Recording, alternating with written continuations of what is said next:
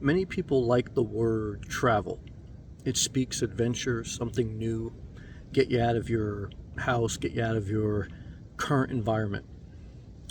But what happens, especially as you're older, because remember when you're young, you can kind of eat anything you want and your body still kind of holds its shape. You can bend your legs very awkwardly, but your ligaments are very young, and so you can handle a lot more when you're younger. And as you progress in age, middle age, and older, it's less that you can handle, okay? And traveling puts a demand on your physical body and your psychological mind. You know, as someone in the past 5, 7 years, I've traveled over 300,000 miles just about. And it's not about traveling the world or traveling all 50 states, you know, like some people get a sticker and they put them on each 50 state, or they check their passport. They love to get stamps. And God bless them. The statement that I've traveled 300,000 miles, other people have traveled to more places, but I've traveled a lot of miles. And the reason I'm stating that is simply to share with you that from my experience, the demand of travel on your physical and mental well-being is not to be taken lightly, because the adventure quickly turns to a trip to the ER room, God forbid, or the adventure, the happy joy of planning it and packing for it, quickly turns to frustration on the road, obstacles, cursing, and hating everything, and you can't wait till you get back home. And the reason is, humans are creatures of habit. The most productive and healthy hours for a human are 8 a.m. to noon. So that means that most people have about a 4-hour window in the day where they get most of their life, okay?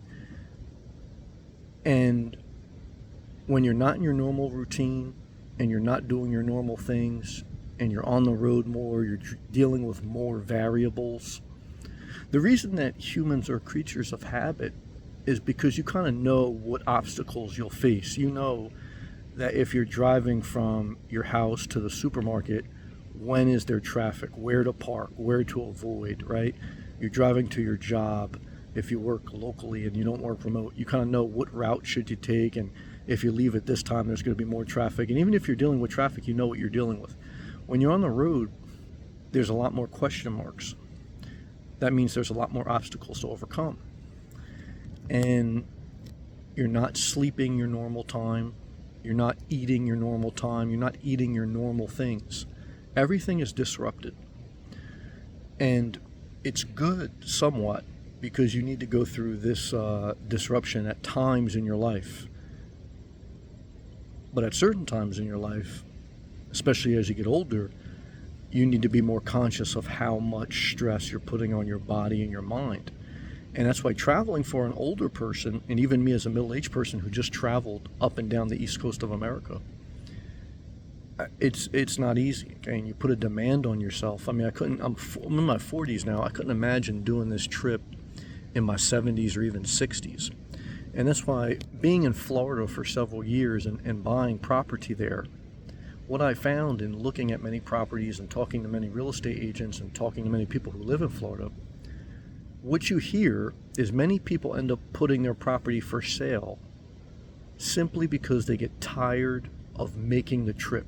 They can no longer make the trip down because most people are from Canada or Ohio or just a different part of the country, a place where there's a cold winter, and they bought a second home in Florida. But what happens is, once they get into their 60s and 70s and definitely 80s, they decide they can't, even if they can afford it, they just physically and mentally don't want to take the trip anymore because it could be 1,000+ miles down to Florida. And so they sell it and they end up keeping their house wherever their family is. That's the usual pattern of most people. And, and that's why, if you're living in Florida, you could travel 3 hours and still be in Florida. But then when you leave Florida, you get into Georgia, South Carolina, then you get into different environments. That's when it starts to get scary because the further you go away from it, the further you have to come back. And the same thing when you leave New Jersey.